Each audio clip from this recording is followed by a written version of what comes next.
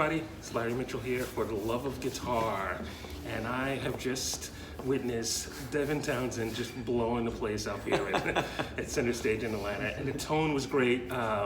You and Mike Keneally, anytime you want to make a band sound, just elevate just a little bit. Put Mike Keneally in your little, man. Yeah, well, a little to a whole lot. Oh my God, yeah, Mike is another level of Keneally-licious. Yes, yeah. Absolutely. But you guys have some great the tones together. Did you and you're using just the Axe 3? Yeah. So after years of kind of messing around and going back and forth with amps, and I used the Axe 2 for years. But the Axe 3 has just got so much power, and the one thing that's always bothered me about digital is the amp sims, or the cab sims, not the amps, because really, when you think about solid state amps, you think about like even the valve state stuff, or a lot of amps that we are used to the tones of are actually either solid state or in some cases digital, but it's the movement of the air of the cabs that really makes a difference. And so, as I'm sure has happened with you, people will send me IR packs thinking they're doing me a favor, and it's 9,000 shitty sounding IRs, right? It takes a long time to go through it and go, no. And by the time you're through 10, they all sound the same, just like a different phase, right? So what I did instead is I went up, there's a friend of mine, a producer named Garth Richardson, who's got a long CV, and he's got very good ears. And what we did was we took a really beautiful, like 1972 Marshall with 25 watt greenback speakers and a Mesa Boogie power amp that has a really good crunch to it. And then what we did is I just ran the Axe effects without a cab sim into the power amp and then into that cab, and then we mic'd it up and ran it through an SSL until by tweaking the Axe effects we had a sound that was perfect for me. And then what we did is we captured that IR and then added that to the Axe effects, and the result for me has been I'm more happy with this guitar sound than I've been with any system that I've used, like amp, anything. But that was the key for me, is like making the sound through the speakers, but using the Axe effects as a preamp and not trying to like use a Marshall or a Mesa and get a sound and then try and replicate it. It's like use the Axe effects as your preamp. And because he was a great producer as well, he went in there and he changed like the tubes and and all the things that one would do to get a sound, and it resulted in something that I think is pretty wicked. Cool. I believe that's how Cliff judges the models. Oh, really? Is he runs them into the power amp section of the amp that he's modeling. There it is. Yeah. Right. And if running through speakers and everything. What were you gonna say? The last thing I was going to say was our sound man gave me one more piece of advice that I never thought of. He's like, use that cab for every tone. Yes. Yeah. I've been using the same cab since the Ultra, the Axe 2, the AX8, the Axe 3, and now the FM3. Oh, yeah. And I use it for the same clean sounds and the dirty sounds. Exactly. And because otherwise it's a tonal shift, and the sound guy would probably go nuts. That's exactly what happens. Yeah. Exactly. So are you and Mike using the same cab? Yes. Okay. Yeah, so he uses the same cab as I, but he obviously plays differently, and he has chosen to equalize his sound so that it fits his personal preference more. But between the two, man, it really lines up. It's huge. Yes. The guitar sound is huge. You guys are on the road for another month or so? I'm on the road until the end of time. Well, this particular tour, but yeah, so go see a show and check out the tones in person. You approach tones. There's got to be other stuff in there. I know we don't have time to get too deep in there. How do you approach delays? So I run a parallel line and always have. Yes. Even when I'm in the studio, I will track the delays separate. It's a different frequency range entirely. So I've got my main sound, which I think in this situation I'm using the Diesel Herbert for my crunch sound, that cab. But then out of a separate chain, I use the USA Custom 2, I think is the model. But it's a really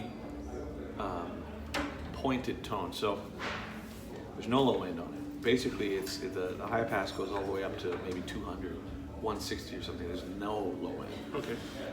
There's a lot of like 16, and there's a very distinct kind of mid-range tone that in my other amp doesn't exist. And then I run a delay, a dual delay, usually about 300 milliseconds on one, 700 milliseconds on the other. I make the repeats of that significant, like maybe 60 or 70%. Oh. I do a high and low pass on the delay, so the transients don't come through. And then I put a reverb after that. That's maybe 8 seconds. So it smears the delay a little Smears bit the more. delay, exactly. And then I have that off and on, and it provides. It's not like an audible delay, but what it does, it just gives this impression of like size. Okay. That I just have been using since 1990. Okay. Yeah, man. It Cool. started with a Roland GP100. Oh yeah. Yeah, Okay. that was the one, man. All right. Last question. Yep. Just give me your philosophy on guitar. What do you think about when you pick up the guitar? What do you think about, or when you? I mean, because you're a great singer, so you go. I'm not going to play guitar in this song. I want to sing live, or just in general when you're around the house picking up the guitar. Is there? It's the tool that I've been assigned in this trip, man. Okay. And emotionally, it gives me an avenue to express things that I don't feel words can. And my proficiency at it is enough to articulate whatever I need, but not enough for me to consider myself a virtuoso. I think that how I would define virtuosity is not the capability, but more so the mindset that goes into being a lead player. You know, I've never considered myself a lead player, but I know lead, but based on my my need to articulate myself emotionally, right? So I can do a lot of things, but I rarely choose to because it seems like too much work. Okay. Now, I don't define virtuoso guitar playing as lead playing, just lead playing. Okay. Because there have been guitar players that, if you remove them from our history, and they weren't necessarily lead players or great lead players, but their approach to the guitar, like the Edge from U2. That's a good point. Andy Summers. Yeah, that's a good point. I don't remember him. Jimmy Page. Jimmy Page. Well, got some iconic solos, but yeah. Yeah, exactly. no, for sure, he's very iconic. But their contribution to guitar is definitely virtual. And you have this approach to it. I've gotten to jam with you at It was fun. Mike Keneally. It was fun. And yeah, absolutely. Just your other side, your ambient side. Yeah. And first of all, your rhythm side in the heavy stuff is just so precise. Thanks, I buddy. could never be that precise. no, man. I'm just like, whoa. Yeah, drummers would be hating me. Like, don't do that. But your ambient side is just, it's beautiful. Oh, the thanks. mind, like, I don't know what goes on in the mind to get that. And I love ambient guitar.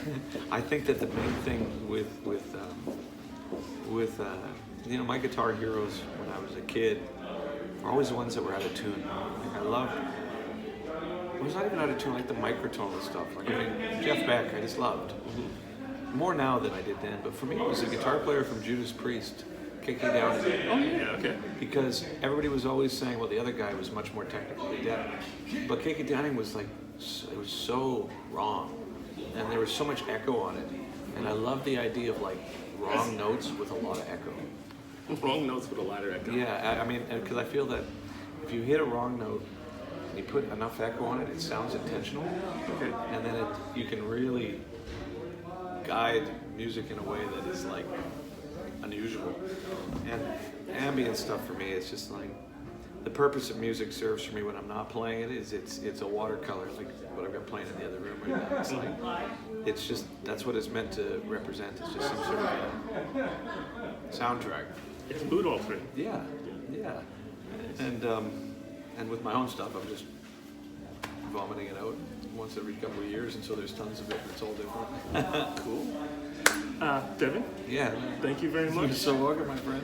I hope you feel better and rock the rest of this tour. Certainly will, man. This is For the Love of Guitar. Thank you for watching.